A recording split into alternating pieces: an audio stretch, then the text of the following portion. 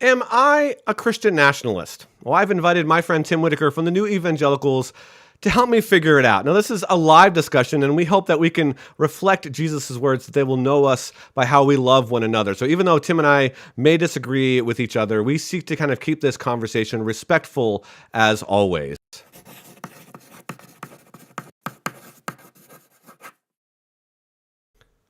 Well, Christian nationalism has been a topic of great interest over the last few years, in large part due to the evangelical support for Donald Trump in the 2016 and 2020 elections.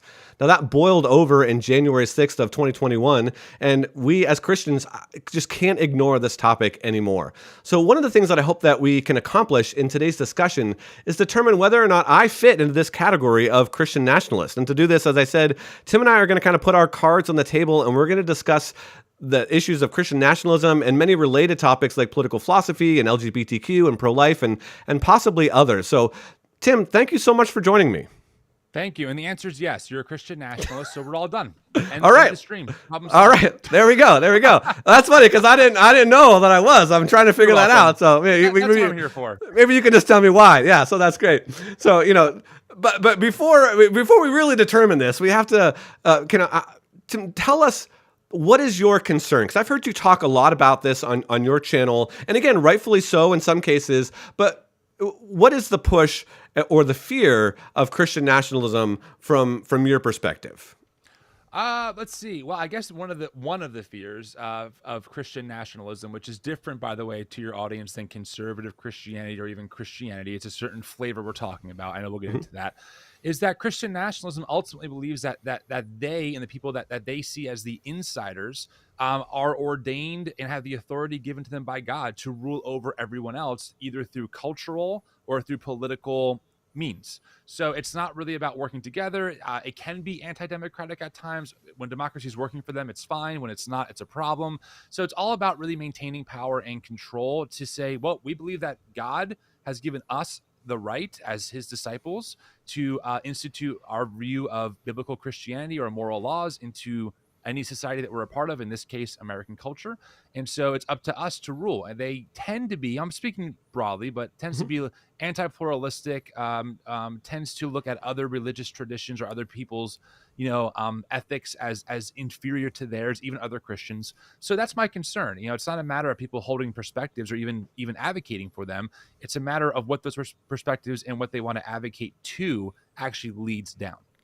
Well, and I really appreciate that. That's super helpful. And again, there's a lot to unpack, and we'll kind of do that as we continue on this conversation. So before we go any further, one of the things that we need to do is we need to define what Christian nationalism is. So when you were talking about that, how are you defining the term? I know that there's been lots of conversations about this, and sometimes I'm like, but what definition are you using? And what definition are you using? So early on in this conversation, we need to kind of just make sure that we have our definition. So how would you define that? What are you meaning by that? Well, I mean, one of the broadest ways we can define it, and like anything, of course, there's nuance, and you can define things differently with different aspects to it. But I'm going to pull up ChristianityToday.com, a pretty, I would say, moderate, maybe more conservative news publication. They did a piece on this, and they say Christian nationalism is the belief that that the American nation is defined by Christianity, and that the government should take active steps to keep it that way. That's the most succinct version I can find that kind of sums it up.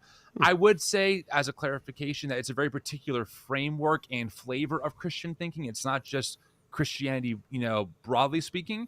It usually tends to be more in lockstep with whatever the right wing of our political base is doing. It's usually in lockstep with those culture war issues, and usually it's undergirded by a more, I'm going to use the term fundamentalist type of theology, a very inerrant view of the Bible, a very literalist opinion of the Bible, and et cetera. Now, of course, just to give you a heads up, you can parse this out two mainly different ways, to the charismatic tradition or the more reformed tradition. So there's nuance there for sure. But ultimately, a Christian nationalist would say America was founded as a Christian nation.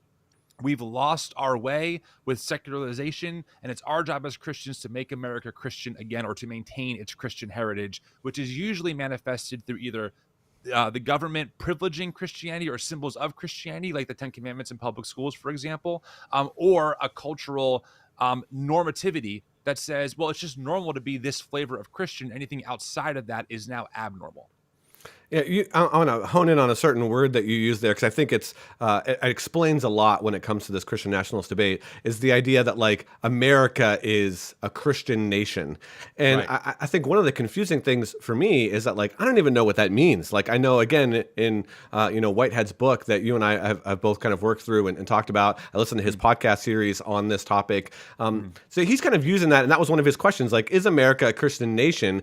And I'm like, I don't even know what that means. Again, on first glance, some people will be like, sure. But then when you start asking them questions about what exactly they mean by that, I think there ends up being a lot of disagreement when it comes to, what the idea of a Christian nation is. But just the mere idea of having Christian ideals or Christian morals or being a certain Christian in order to be considered American, I think is really interesting. But so we'll kind of parse some of this out. But for me, I'm trying to wade through when it comes to some of these like moral issues that you're talking about, or when it comes to the things that should be right in a society. That goes down to like our morality, does it not? Like how do we understand morality? What is moral? What is morally right? Would you agree with that sentiment? I mean, yeah, to a degree, but there's a difference, I think, between the personal morality of how someone lives their life versus how a nation would enforce certain laws. Now, to be clear, they've been debated since the beginning. I mean, in the American sense, we've been arguing this stuff, all kinds of things, right? Should we pass a law on this, pass a law on that, etc. But we are ruled, at least in America, by a constitution that is pretty clear about the government's role to neither prohibit, right, the free worship of someone's religious tradition, or to impose that religious tradition on someone else, right? And so there's nuance to that for sure. But yeah, I mean, I think that it's fair to say that a lot of people, look at our society and think, okay, how do we build a more equitable society? How do we make it more justice oriented, more loving, et cetera? Yeah. Mm-hmm.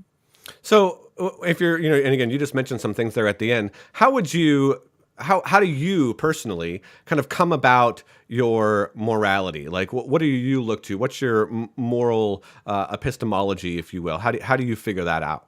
Well, I think that the basis of like my moral foundation starts with the Gospels, with like the teachings of Jesus. That we see the Sermon on the Mount, I think, is for me, one of just the highest ideals, right? How do we live that out as faithful Jesus followers?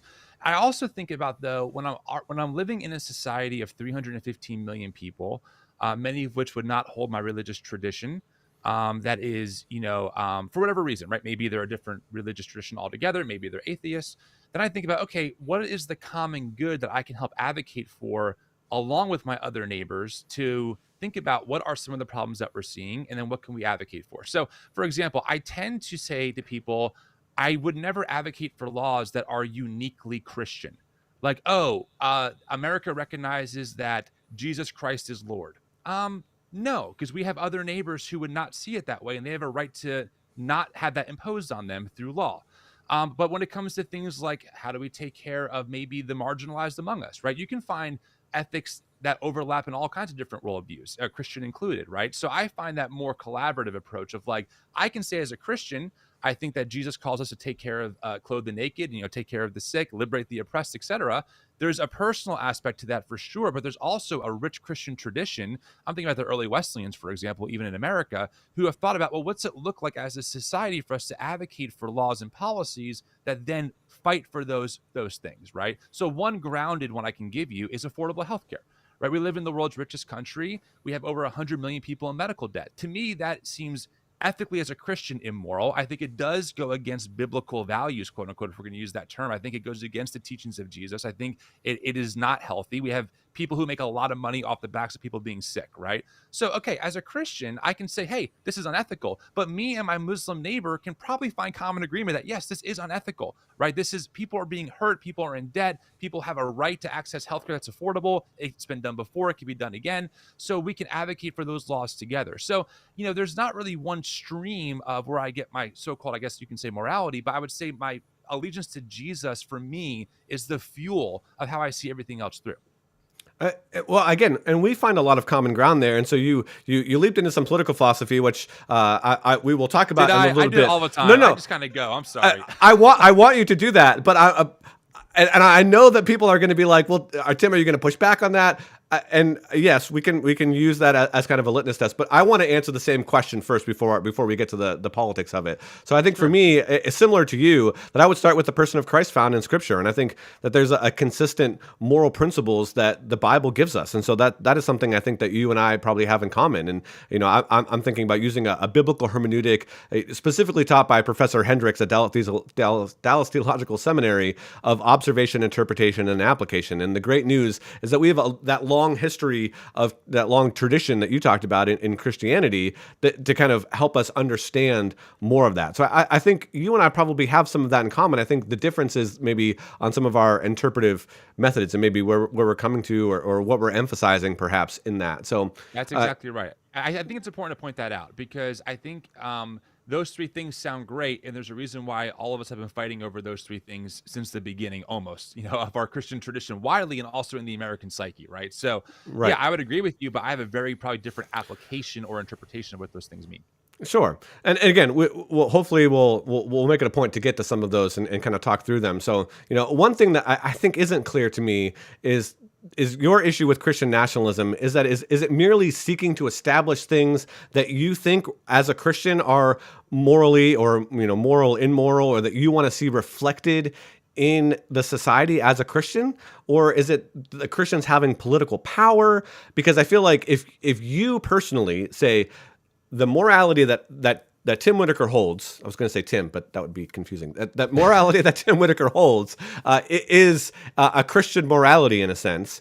Don't you then want that reflected in the nation that you live in? So help me parse that out. Don't you want that reflected in American civil life?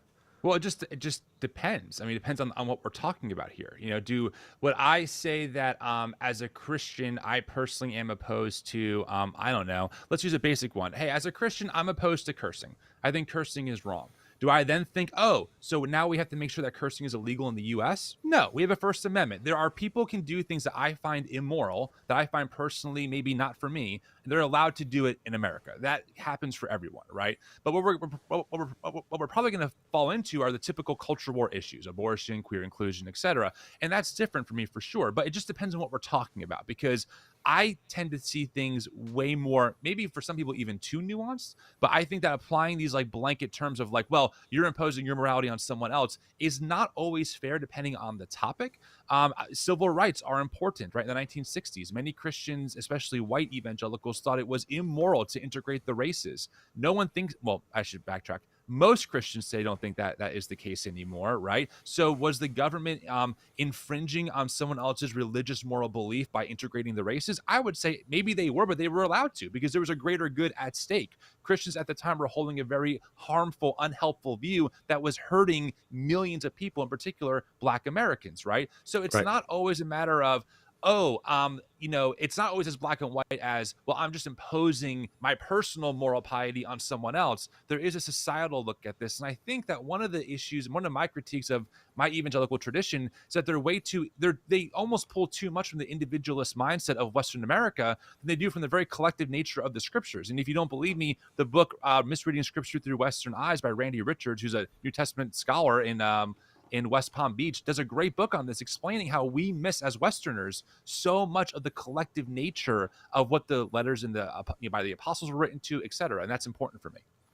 Wow. So again, you're hitting on a lot of things, and so we're going to continue to go a little bit. No. I'll try and temper I love myself. it. Hit on as many of these things because I think this is really good. This is really good. Again, before we recorded, I said I wanted to do a lot of listening, so I'm trying to do my best to do a lot of listening here. You can push back though. I don't mind. I will.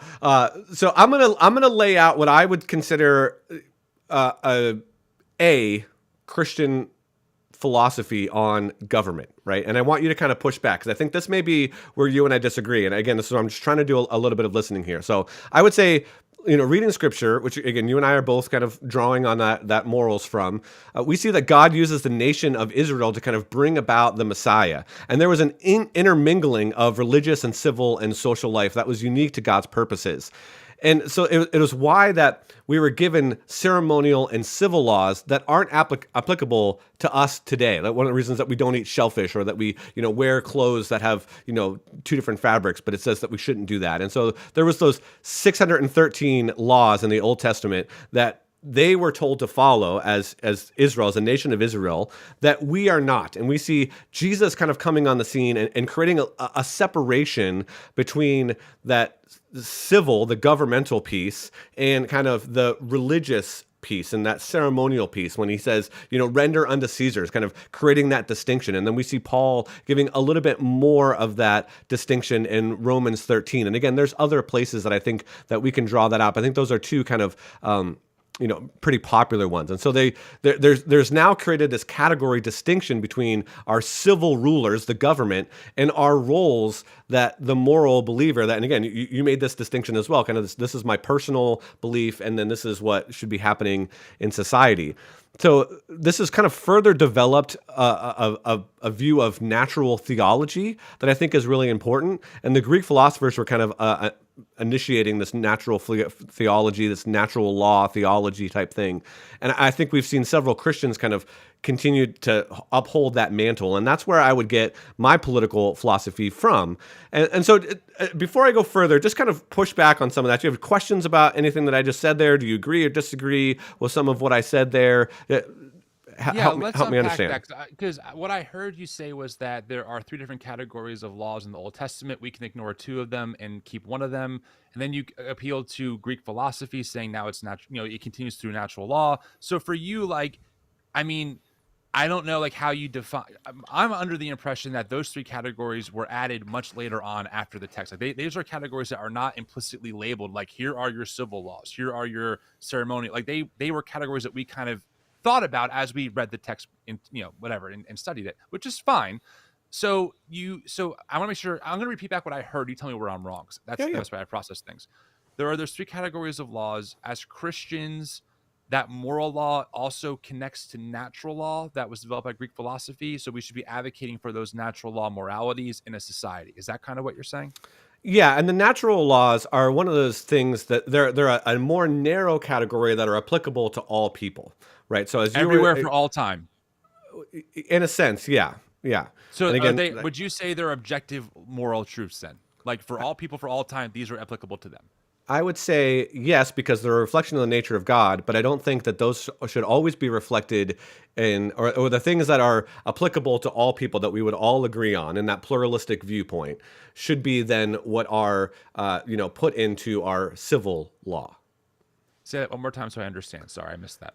So so one of the things that you and I were disagreeing on, and this is great. So is saying something like going to church on Sunday, right? That's something that you and I may say as a Christian we should gather with fellow believers, but we wouldn't say that our Muslim neighbor has to go to church on Sundays, right? They can choose to go to the mosque any day that they want, right? Sure. So in a society, I would not advocate for passing a law that says you must go to church on Sunday, right? But I would say that I think that it's good and it's morally right for the Jesus follower to do that, to follow those commands and scriptures that are applicable specifically to the believer. So I would see that there's a distinction there, and I think again you would recognize that. So I think we're on common ground there. Would you not? Yeah, I got that. I'm tracking so far. Okay, so I think where you and I might disagree, and where again the confusion of the Christian nationalism piece, maybe what things go in what bucket. Right. So if we're thinking about there's, possibly 3 buckets, let's say, there's one bucket that is that which is immoral that should also be reflected in the law. This is what the government should do. There are things that the person, the individual should do, pray, whatnot, those kind of things. And then there are things that non-governmental institutions should do. Would you recognize those 3 categories? Yeah, I think so. Yeah, I think I'm tracking. So then the question for me becomes, in the Christian nationalist view, I think with what you're talking about, again, I wouldn't consider myself a Christian nationalist. So again, but you've answered the question that I am. So where is it? Right. You are. I already determined it. Right. Determined it. Right. So I think one of the things that's confusing is what goes in what bucket. Right. So you said something along the lines of universal health care, that the government should be involved in health care. Now I would say I think that there could be an argument for that. And again, one of the other pastors that I'm really good friends with at my church, he and I have discussed universal healthcare a lot. My wife is in healthcare, so I'm kind of intimately involved with the back end of healthcare, if you will. You know, what happens with the charts and the insurance companies and other people are from experiencing it, because we've all experienced the American healthcare system. I would say American healthcare system currently is the worst absolute possible healthcare system ever. So, Hey, and I'm on that, my friend. I am in no way saying that whatever I'm saying, I'm not Abysmal. advocating for what's happening right now. Okay, let me just put that out there, right? Yeah, I got you. Right, but like whether or not the state should have a role in paying for people's healthcare would be a question of which one of those buckets does it go in. Okay. Would you? So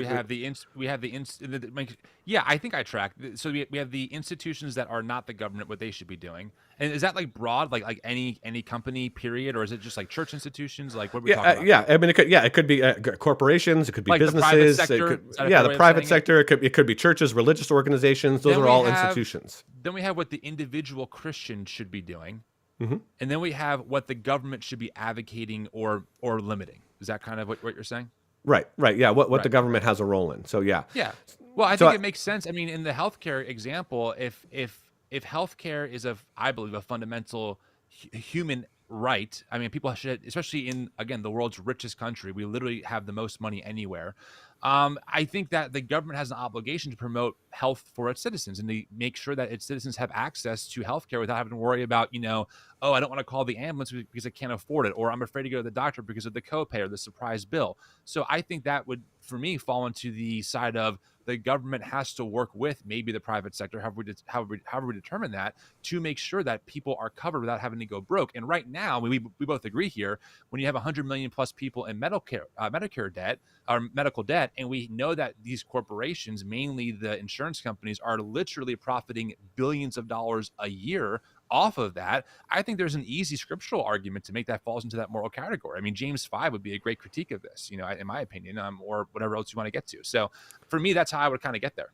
Yeah. Okay. So again, we won't turn this into a complete healthcare debate, but I think one example. Yeah, I think that's great. So I think for me, one of the questions is, what is the role of government, right? Like can we make an argument for specifically what role do they play? And specifically, the founders said that the government is there to protect our rights. And so you and I have both now used the term rights. So how are you understanding, just kind of drill down on that terminology for me. How are you understanding the terminology of rights when you use that? Like healthcare is a right. What would that? Well, I think we have to obviously look at our Constitution, right? For sure. And I think that lays out a lot of those things. I mean, I think that the life liberty and pursuit of happiness, something like that, there's language like that, and free speech, etc. But I also think, and this might actually tie into even how we see the Bible, I think that any document that is formed has to be able to be flexible enough to meet the challenges of its day. And that's why the Constitution itself has amendments to it, right? Even the framers recognize, okay, we have to tweak this thing a little bit. So I'm all about thinking about how do we actually look at maybe the intent of the Constitution early on, what it was designed to do, how it was revolutionary for its time, meaning we the people, it's the first ever document, not to mention God, ever in the history of governments and how they organize, right? Yeah. Very unique for its time. So what were they trying to do? And then how do we make sure that as we develop and understand different things, maybe based on science or historical evidence, whatever, how do we then apply those things to people, right? And to all people, et cetera. So that's kind of how I think about it off the top of my head. I got to be honest, I never really thought deeply about it before. I think it's a great question, but that's my best first swing.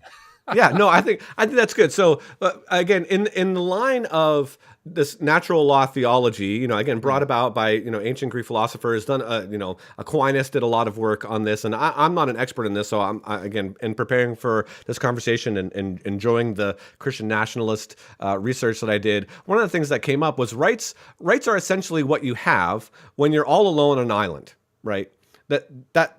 When you're all alone on an island, you can say whatever you want. Right? You can worship however you want. You can, you have the right to be able to protect yourself if you're your island. There's an implicit sense of property. Like you can enjoy the fruits of your labor, right? So the issue is that when Tim Whitaker joins my island, well, now are your rights what you have when you're alone on the island, and my rights, what I have when I'm alone on the island, come into conflict, right? And the state is there to bring about justice. It's to adjudicate, that's from the word justice. It's supposed to say, you have these rights and you have these rights, and we will protect those rights from other people and from the government itself. That's how I would understand the terminology used as inalienable rights in our Constitution. Now, I would say that there's another category of rights, and those are civil rights. And civil rights are only what you have when you have a society, when you have a group of people together. There is no inalienable right to vote. You only have a civil right to vote because there's no point in voting when you're all by yourself on an island, right? There's no need to vote, right? It's only when you come together as a society do we say we're gonna agree civilly that we need to have things like voting laws and who gets to vote, right? So those aren't inalienable rights; those are civil rights. Have you ever experienced or thought about or recognized those distinctions? No, I think that's very fascinating. I'll have to sit on that and chew. I mean, listen, again, on first glance, it makes a lot of sense, right? If you're alone on your island, what do you just have that's a natural right to you? And then when you're with people, what are the rights that we're bestowing to people, and then how we navigate how people can do certain things, right? So that tracks with me so far. Okay, I'm gonna take a little bit of a left turn. So Tim, I've been talking a lot. I want you to ask me anything. What sort of questions would you need to ask me to determine if I was a Christian nationalist? Thus far in our discussion. Oh, I don't think it's. I mean, listen. I'll put it this way. There's data on this. Okay, so PRRI Yeah. did a whole series measuring Christian nationalism. And by the way, to your audience, I'm not sure how familiar they are. They really fall. There's a spectrum here. Okay, so you have what people call adherents. You have what they call sympathizers, skeptics, and rejectors of Christian nationalism. Okay, Yeah. so for example, well, let me do this. Here are the 5 things that PRI data use to kind of measure where Americans fall. The 5 statements are: the U.S. government should declare America a Christian nation. U.S. laws should be based on Christian values. If the U.S. moves away from our Christian foundations, we will not have a country anymore. Being Christian is an important part of being truly American. God has called Christians to exercise dominion over all areas of American society. Okay. So depending on how people answer that, they fall into either the adherent, that's a strong yes to all things. Sympathizers, maybe on some parts, I mostly agree, but not all agree. Skeptics, which would be I mostly disagree or completely disagree. And rejectors are completely disagree. That's kind of how they measured it. So, Tim, the other Tim, not me, I'm not sure how you would answer those 5 things, but in this particular set of data, depending on how you answer them, would put you in a certain category regarding the term Christian nationalist. So run through those one at a time again, and let's talk about each one because I think those are fascinating. The U.S. government should declare America a Christian nation.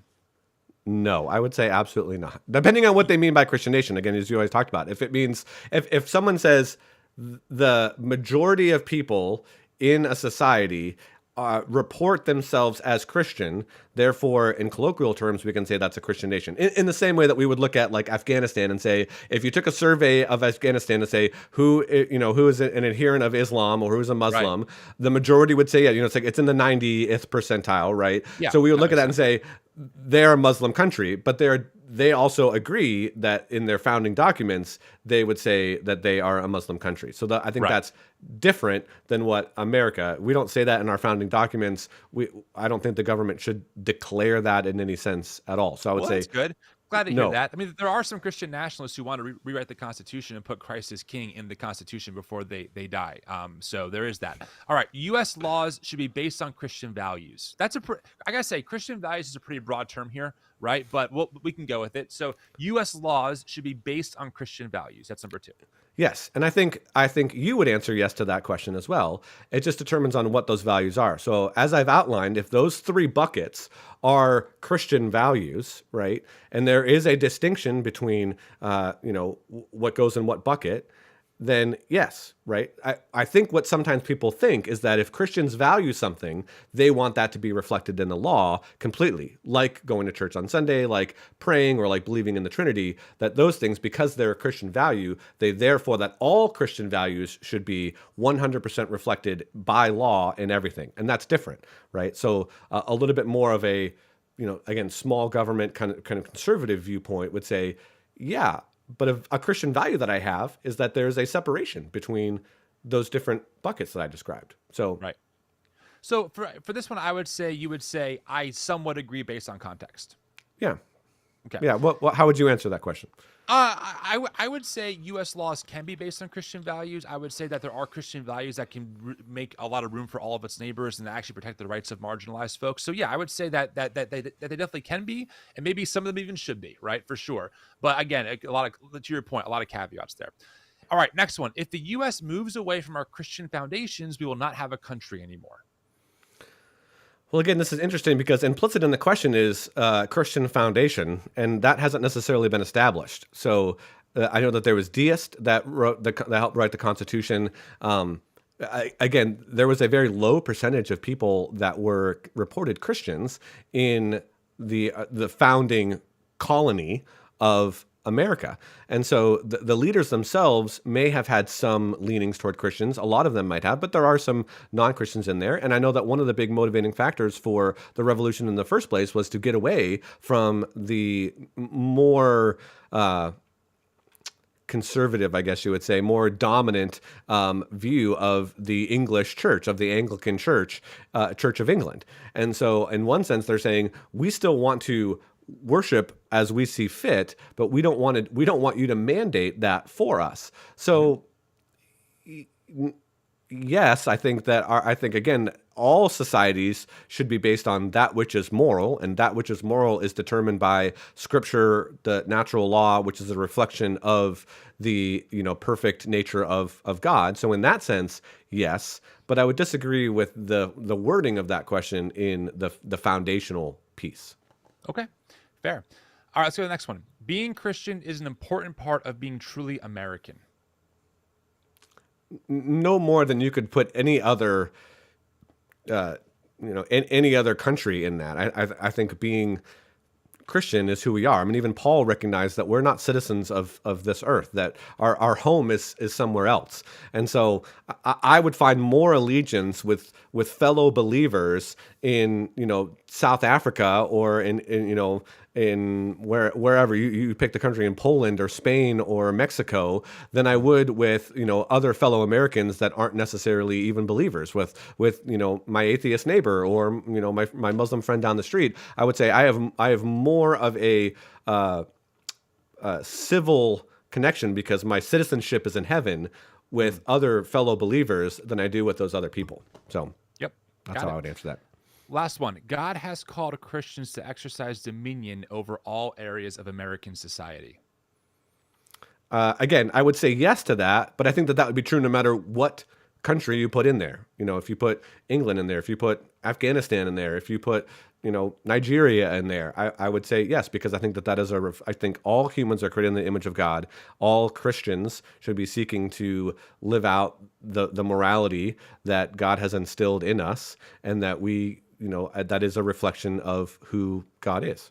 I'm going to repeat that question. God has called Christians to exercise dominion over all areas of American society. You think that is, yes, as a Christian, my job is to take dominion over all areas of American society.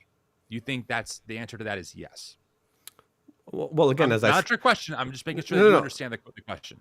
Like I said, I think Christians should have dominion, and again, that's a loaded term, dominion over all areas of Nigerian life too.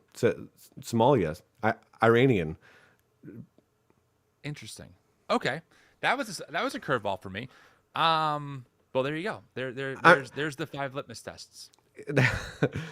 So go rate me based on my answers there, because I'm interested, particularly in the last one. Last one in my mind puts you like somewhat. I mean, I think honestly, Tim, that you are much more quote unquote conservative than you are Christian nationalist. Let's be clear about that. But that last statement, I'm surprised that you're anywhere. God has called specifically Christians to rule. I mean, this is what I go back to in the beginning when I said Christian nationalism believes that they have a specific calling from God to rule over all facets of life in a given society. Like that, not be part of, not partake in, not participate in, not reason with, but to take over and rule. And that's what this question is asking, taking dominion. Your answer to that is yes. And to me, I go, no. I mean, the commission is to make disciples, not to take over any given society and rule from the top down. So I don't know how we get from that command to this, but in my mind, we have a strong disagreement here, because I think this is maybe the most dangerous part of what makes Christian nationalism such a threat to our democracy. Right. Well, and again, I think this is awesome. This may get to the nub of our disagreement here. So when you say take dominion, what does that mean to you? How do you understand that? How are you what's the assumption behind dominion for you? Okay, well, why don't we just Google the actual definition so we're working from something. Then we can say maybe we're not using it the right way or not. Dominion, according to Webster's, whatever, or Oxford, sovereignty or control, the territory of a sovereign or government. Yeah, that's what it means. So if we're using that definition, the question then is, God has called Christians to take control and be sovereign over all areas of American society. Yeah, I mean, again, like as a Christian, well, again, but I think you would agree with this, right? So if I could duplicate Tim Whitaker, let's say 600 times, and put you specifically in the Congress and in the executive branch and the cabinet, and they all believe just like you believe, right? They want, because they're you essentially, right? Would we not have a better America? No. Because I'm only one person. I can only see things from one perspective. You need the plurality of our democracy, of our representatives, to make decisions. That's what makes America so great, is that you have a country full of people with different racial backgrounds, different ethnicities, different ways of understanding and experiencing the world, and yes, different religious traditions coming together to try and make something work that I guess we can all agree has been the grand experiment of what makes America America. So to me, replicating myself 600 times only positions one particular perspective, and also only one particular view of the Christian faith. I'm only one person, and says, yes, life would be better if I was in control. Absolutely not. No. Right. So again, so we agree. Again, this is where we agree and we disagree. So, but I also don't think democracy in and of itself is necessarily the highest good. Do you? In a secular society with 300 million people in it, one of the highest ideals that has made this thing work is democracy and representation, and also protection for minority groups. That's what has made this thing work. So Right. maybe on a personal level, my highest ideal as a Christian is not democracy. But as far as how I advocate for the well-being of my neighbors, that political system seems to work pretty darn well, even if it's working way too slow. Still, it's still moving towards something. Right. Okay, so that's good. So it's not the highest, and I would agree. Democracy is good. Like, I like democracy. It's great. And I think, again, democracy, I would say democracy is built out of the Christian worldview, right? So again, this is one of the hard parts for me, squaring that idea of dominion, because dominion doesn't necessarily mean that it stamps out all opposition to variety in that way. Right. And I think that But what you're saying is that you just want to be the filter, right? Like, as long as things get approved by Christians, it's cool. But if it's not, we can't lose any power there. We can't lose the control of what makes the standard cultural norms okay or not. Would that be fair to say? Yeah. And I don't know. I don't know in that, because again, like, I don't know how as a Christian, again, I'll throw this back on you, because I think we have more similar of a view than we actually do. We disagree about the boots on the ground. We disagree about the praxis of it, but I don't know if we disagree about this piece of it. So it's like, how can, as a Christian, I say that I would want somebody that is living anti-Jesus, right, in a way that has denied the moral maker, and going back to our moral philosophy, to be the one that is making the moral decisions in our nation? Like, help me square that. Well, help me understand what you mean by that. Like, are we talking about sex? We're talking about abortion? We're talking about universal health care? I mean, again, these things are on a spectrum. Andrew Seidel is a constitutional lawyer. Okay, he's an atheist, right? And his values line up great with mine. Him and I have almost complete agreement as far as like political policy and how we advocate for our neighbors, but we have different ways of getting there. So my take is that you don't have to be Christian to get to moral realities that you think will benefit your neighbor, that find common agreement with other Christians. In fact, I would argue right now with Christian nationalism, the concern I have is that many Christian nationalists are actually advocating for the opposite of that. For example, I always have receipts. Stephen Wolfe, the author of the book A Case for Christian Nationalism, is on the record on a podcast saying that under Christian nationalism, quote, atheism is crushed, the atheist is put in jail, women cannot lead, and that's what makes America Christian. That is antithetical to all of my moral beliefs, and I'm a Christian. So just because we share the same title does not at all mean that we have the same values or same core ideologies that drive us, right? So to Right. me and Stephen Wolf have nothing in agreement. Stephen Wolf also believes, by the way, that ethnicity should get married, in together, that they should stay separate from other ethnicities, which is his way of saying don't race mix. Him and I are far apart, even though we both claim to be Christians. But me and Andrew Seidel, one's an atheist, one's not, are way more aligned in terms of values, even if we get there from different places. Okay, so again, you're highlighting a great point that I think is really worth discussion here. What you're saying is that it's more of our application of those things. It's more of the ethics of what are the Christian ethics. And because we don't have a 100% singular, unified Christian ethic, therefore your hesitancy to answer yes to that question is more reticent, right? You're more willing to be like, whoa, I don't know. When I think of that question, I think when Jesus comes, right, he will be king.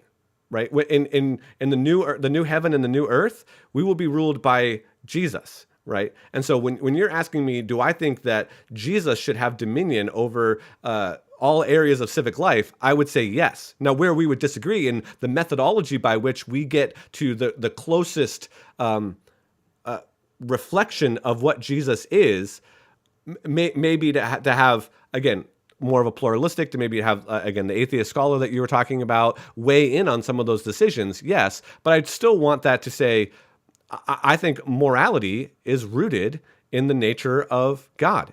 And I think Christians should be striving to reflect their creator. Now, again, the person that you just mentioned, Stephen Wolf, everything that you just mentioned, I would completely disagree with. And I think you can just demolish all of those things with a biblical argument.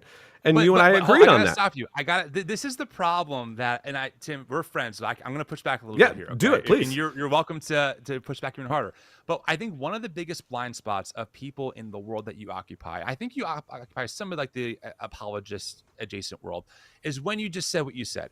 Well, I think from the Bible, we can demolish that. Oh, yeah, Bob Jones argued from the Bible that the races should stay separate. Bob Jones in 1960s, you can say all you want, but what makes his interpretation wrong and yours right? Because one of the biggest arguments, for example, during slavery was pro-slavery people said, look, just show us anti-slavery people where in the Bible it says that slavery is wrong. You can't do it unless you do some kind of interpretation or hermeneutic or some kind of assumption that it wasn't race-based chattel slavery, etc. So I think one of the biggest problems I have found in this idea of, well, if we just had the right Christian ethic, we'd be good, is, well, which one? Because the Christian ethic that we're talking about, depending on where you are in time, where you are in history, and what Bible teacher you're listening to, that's saying the same language. The Bible's clear. Anyone who doesn't take the Bible seriously is a liberal. This is all Bob Jones. Bob Jones talking points. And then he goes on to say that God demands the race to stay separate. Now, you and I obviously would disagree. Stephen Wolf would not. Stephen Wolf has his Bible verses. Stephen Wolf has his scripture. He has his reasoning. Right? So now it becomes a game of, well, who's interpreting a very complicated religious textbook that's 2,000 years old and full of different manuscript versions? Who's interpreting that one right? Because that one is whatever God's objective moral truth is. And so we get in this in crazy circle of he said, she said, and it's like the Spider-Man meme where we're all pointing at each other like, no, it's you. It's like we're all doing the same thing.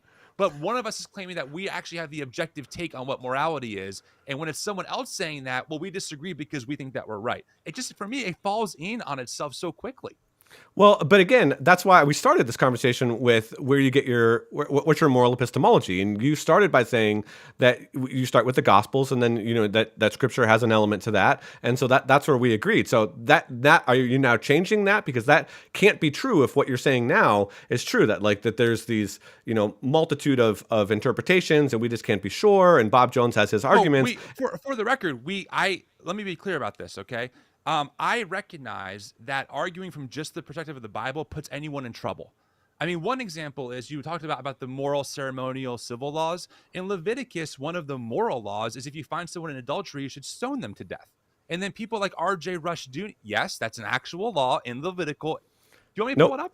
Yeah. Well, no. Okay. So this is a great point. What you have to say, oh no, that's not a moral law, or then you have to appeal to Jesus. But then when I appeal to Jesus for why we need a moral society, it should be interpreted that way. Hold on. Help me. So Okay, so again, this is something that I've encountered a lot, right? So what you just said was a judgment, right? That they should be, if they're caught in adultery, that's the sin, that's the law.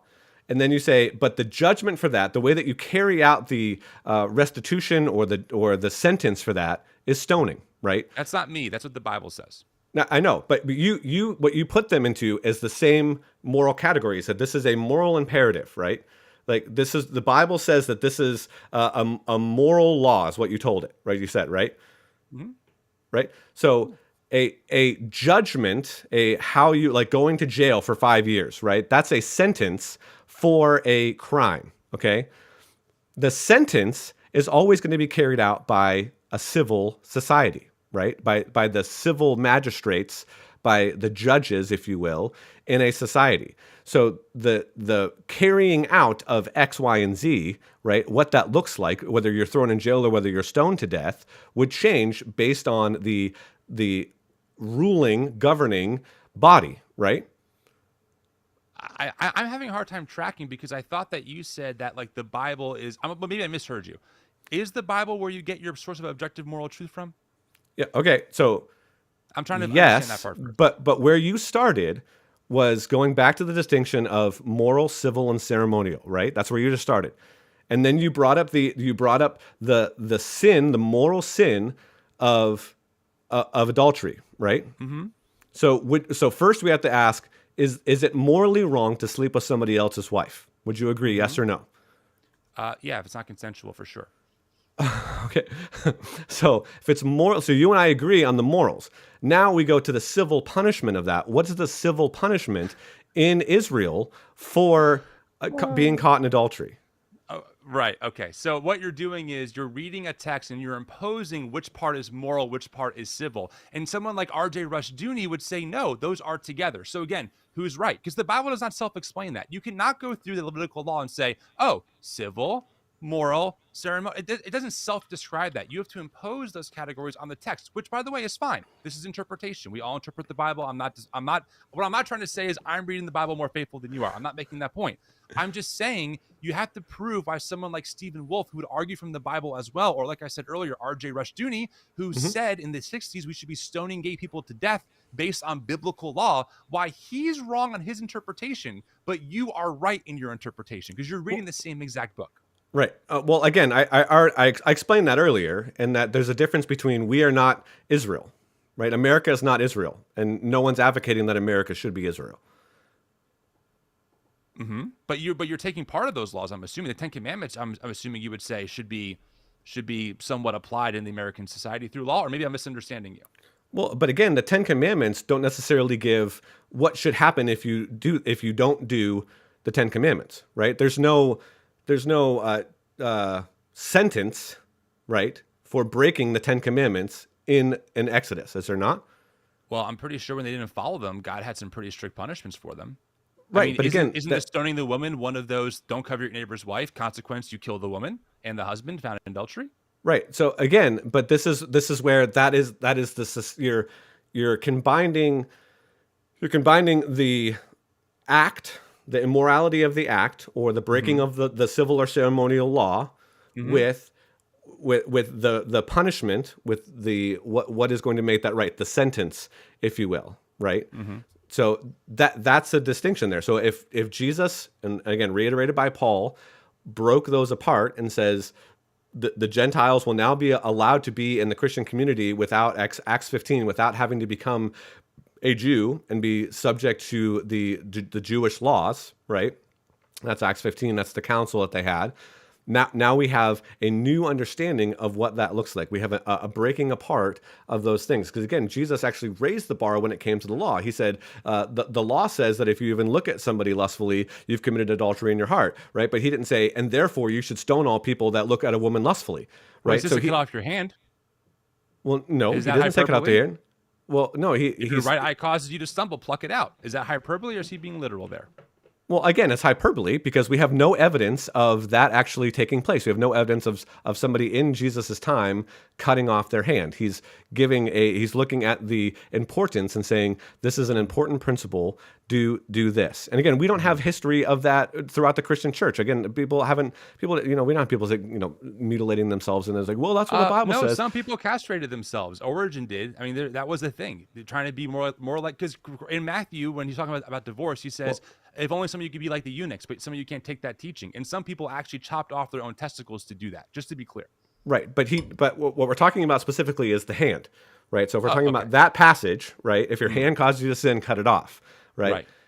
We have no, not that I'm aware of, we have no record of anybody understanding Jesus saying, I'm going to cut off my hand. Everybody that he was talking to understood it in the sense of, this is really important, that's crazy, and he has raised the bar in this whole entire morality thing, right?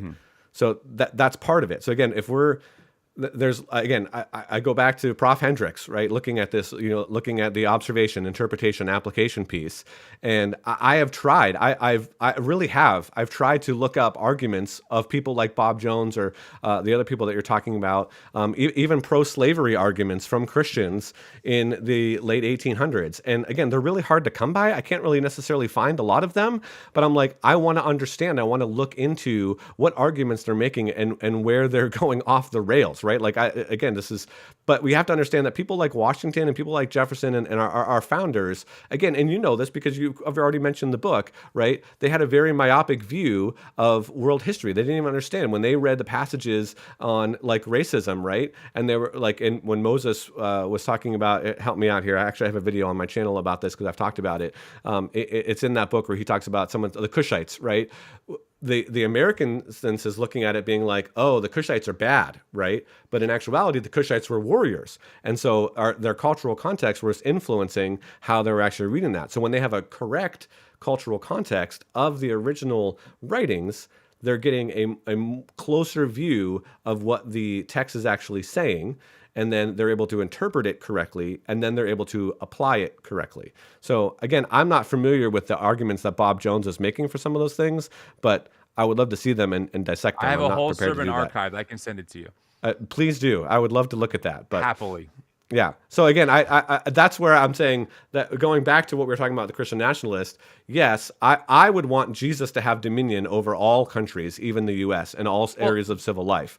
But the closest we have is his bride on earth. And that's where confusion comes in. And that's where we have a multitude of counsel. And that's why democracy is important. It's not the highest good, but that's why democracy is important, because you have multiple people weighing in on that. You have multiple people saying, no, Bob Jones, you're wrong, and here's why. And we that's say helpful. that now, but we did in the 1960s, to be clear. I mean, the book, The Bible Told Them So by Russell J. Hawkins is a damning indictment with receipts of how white evangelicals fought like hell to maintain the status quo, not change it. But totally. Yeah. I think it's important to mention, though, and I'm glad that you said this, that I understand the belief that Christ is king. I understand that for sure. I think of course, I believe that. Like in my head, I believe that ultimately Christ will reconcile all the cosmos. I do not believe that means, therefore, we need to be in charge.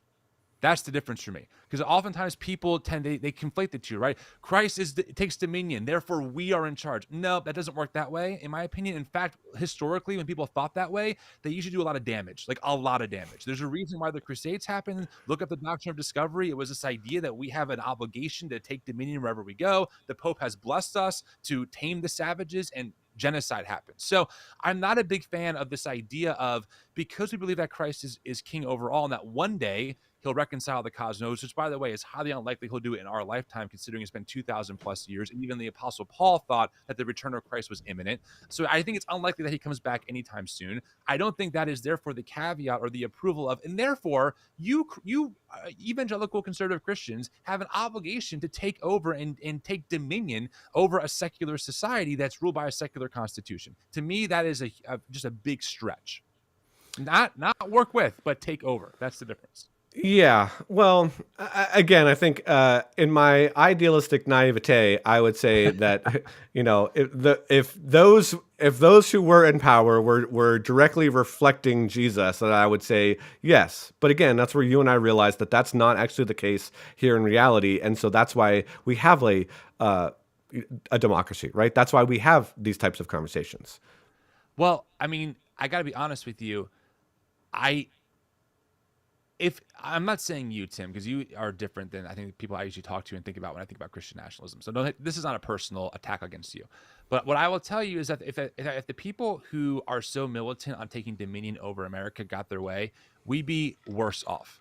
Worse off 100%. I mean, we can look at how now there is a direct link to the level of connection between white evangelicals and Republicans and Christian nationalism. Christian nationalism, data-wise, according to PRRI, manifests itself highest in white evangelicalism. About 75% of evangelicals fall on the Christian nationalist spectrum, and about 85 to 90% of Republicans are white evangelical in nature, or they have connections to it some way.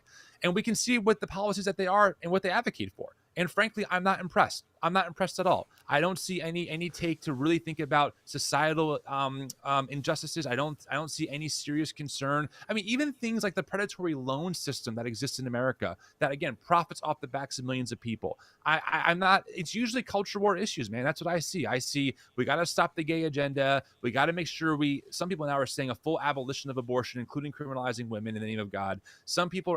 So to me, like these issues are about culture war issues. They're not really about even reading the scriptures that closely, because I think we both agree there are themes from beginning to end about what happens when the top are oppressing over a minority, or when we don't welcome the immigrant, or James 5, which I quote often as a damning indictment of the business owner who withholds wages from their workers and profits so much. And James pretty much says, like, you fatten yourselves for the day of slaughter. No, the Christians I think about that are Christian nationalists are not like, wow, guys, the Bible's clear. I guess we really got to shut down Amazon and make sure that they pay their workers more fairly. No, then it becomes, well, that's a personal issue. But when it comes to sexuality or to abortion, no, we have to legislate morality from the bench, even though technically abortion is mentioned almost nowhere in the Bible besides maybe Exodus 22, and even then it's kind of iffy.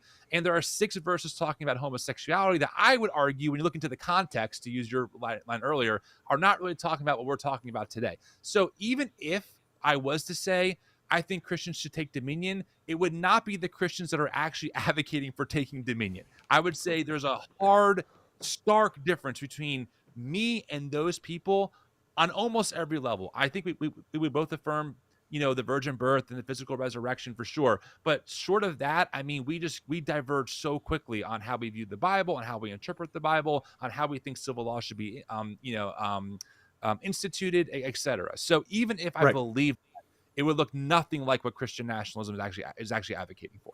Well, and again, I think that's one of my central points in this, is I think that oftentimes you are grouping.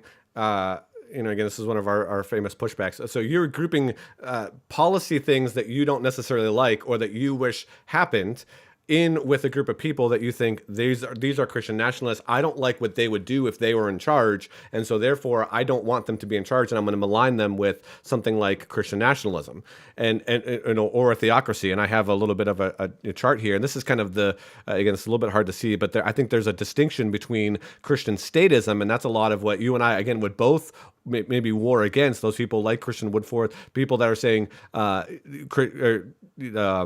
this should be a theocracy. America should be a theocracy. I would say absolutely not in that. I don't think that there should be, a theocracy in that sense. We should not be, England led by the state church or whatever. Like, I don't think we should be doing that. But I do think that religious conservatism is, in my view, the way forward. And again, you just laid out some things that we probably could have 5 more shows debating. So, and again, I think you and I disagree there. Do you see any benefit in this sort of distinction that's on the chart there? I see no benefit. And by the way, the one on the bottom right is still unconstitutional. I mean, it literally violates the First Amendment of not establishing or favoring a religion over another, unless you're okay with the Quran being posted next to the 10 Commandments in public schools or public display. And so this is the difference, right? Is that I think you would say, well, deep down, we have more of a Judeo-Christian worldview heritage. And so it's important to display these symbols in public places. And I would say, well, the Constitution prohibits those things, because that would be favoring one religion over another. And also, to your other point, allowing public school prayer, that is allowed. What's not allowed is a teacher leading students through a public school prayer. And again, that's a big difference, because if you have a public school and you have 45 kids and 3 are Muslim and 2 are Hindu and 1's atheist and 4 are Christian, if you lead them through a Christian prayer, you're violating the religious rights of those other minority groups. That's why it's so important that we actually look at what the Constitution did and why it's so brilliant, given that the framers knew exactly how it could have been misaligned, which is why it's incredibly non-deistic in what it's advocating for. So the bottom three things, you can call it whatever you want. It's still a major talking point of Christian nationalism. Like, that is one of the things that makes Christian nationalism Christian nationalism. Right. And again, I'm not putting myself in either one of these camps. I think there's a whole nother camp that, again, that you and I have been discussing, that's different. Again, Christian, not necessarily even conservatism, but that doesn't necessarily advocate for these. I just think that Christian nationalism is broader of a term, and I would use other language like Christian statism or the religious traditionalism viewpoints to further distinguish those groups of people. Sorry to interrupt you. There's really no distinguishing here. I mean, like, I'm pretty deeply embedded in the Christian nationalist world, and they argue for all of these. What is there, 6? All 6 are argued by Christian nationalism. I mean, Sean Foyt advocates for all of these things. Doug Wilson advocates for all of these things. So if you want to parse this out more, I'm not going to fight people on terms like, okay, you can't use this term. But to be clear, Christian nationalism, as we're seeing on the top one, absolutely does include all 6 of these things, and it is both a legal and a cultural framework, right? It's about, we have to maintain the cultural status and kind of maintain that dominant perspective in the culture, and also we have to make laws that are privileging our religious beliefs and our religious moral foundations that are usually more exclusively Christian, at the expense of other people, which is where the public display of religious symbols comes in, etc. Right. And again, I would agree, but I think religious traditionalism, as displayed on the bottom, right of this chart, is far less threatening than a full-fledged Christian nationalism or a Christian statism. Why? It's the same outcome. Well, not wholly, because that whole other side, declaring it a Christian nation, prioritizing views. Again, the left side of this is a theocracy, right? That is, you can't be involved in government if you don't have, if you're not a Christian. Right. I don't. Yeah, again, you and I wouldn't advocate for that. No, for sure. But on the bottom 3 here, public display religious symbols, allow public school and prayer, no separation of church and state. Those are all that's all the ingredients that make a theocracy a theocracy. No separation of church and state. What does that even mean? What are we even talking about here? I mean, I would love to know. I mean, again, I have to go back and read the article again, the paper again. But I just might get passionate. I get very direct. So I'm not. No, that's great. You know. No, I get it. I'm just saying, like, I don't understand the distinction here because, again, I know. Okay, let me give your audience a little thought experiment. Okay, we all know what happened on January 6th, right? We all know. We were all on our TVs or wherever we were. Some of us may even have been there, and we know that there was a lot of Christian symbolism. A lot. There were Christian flags all over the place. There was a legitimate prayer to Jesus, thanking him for the opportunity to storm the Capitol building in the name of God. It was 2 minutes long. I have a copy of it. I can send it to you. There were Bibles. There were Jesus Save stickers. There were Appeal to Heaven. There were a lot of Christian imagery. Okay. Now, conservative evangelicals, broadly speaking, almost like you're Russell Moore or something, and Christian nationalists have done a lot of work to really downplay the level of Christian thought that went into that. I've heard a lot of people say, well, that's not all Christians. That's a fringe group, etc. Okay. I want you to take all the imagery of January 6th, and everywhere you see in your mind a Trump flag or an American flag or a Bible, I want you to insert a BLM flag or a pride flag. And I want you to tell me if that was the opposite, if it was full of pride flags and BLM flags, would you really think this was a fringe thing? Would you think, oh, this is not how the majority of queer people think about this stuff. This is not the majority of Black Lives Matter supporters. My guess would be that in particular, the right-wing media, the Charlie Kirks of the world, the Turning Points, and a lot of the evangelical conservatives that I know, especially the apologists, would only use that as proof that the queer movement and the Black Lives Matter movement is horrible and hostile and demonic. But instead, because it's Christian symbolism and we're used to that symbolism, we're able to downplay it in our mind and say, well, it was fringe. It probably wasn't the status quo, regardless of all the data that's come out of some very deep-seated networks, including networks from the NAR, New Apostolic Reformation, that were actually leading prayer calls during January 6th with the president and some of his actual supporters. So I think that's a great way of seeing how we are trained to see one type of thing as really scary and vile and horrible, but we're able to downplay when our team, so to speak, does really horrific stuff in the name of God. I'm just so surprised. I think I'll be honest with you, Tim. Forgive me for the rant here, but when I watched January 6th happen, I was still serving in the evangelical church. I was definitely a more moderate left, I would say, fairly, but I wasn't like, progressive or something. And when I saw the Jesus flags walking through and I saw the prayer to Jesus, and then I watched my own tradition really downplay and try and excuse it as, yeah, it was bad, but it's not everyone. I'm like, oh my gosh, like, what will it take for us to wake up and maybe realize that in the tradition we grew up in, we have a serious problem? Like, we have a serious red alert moment. But instead, I've only witnessed, broadly speaking, of course, the evangelical conservative machine continue to focus on the so-called queer groomers or drag queen story hour or why critical race theory isn't biblical. Like, for me, priorities are completely out of whack. That's my final thought.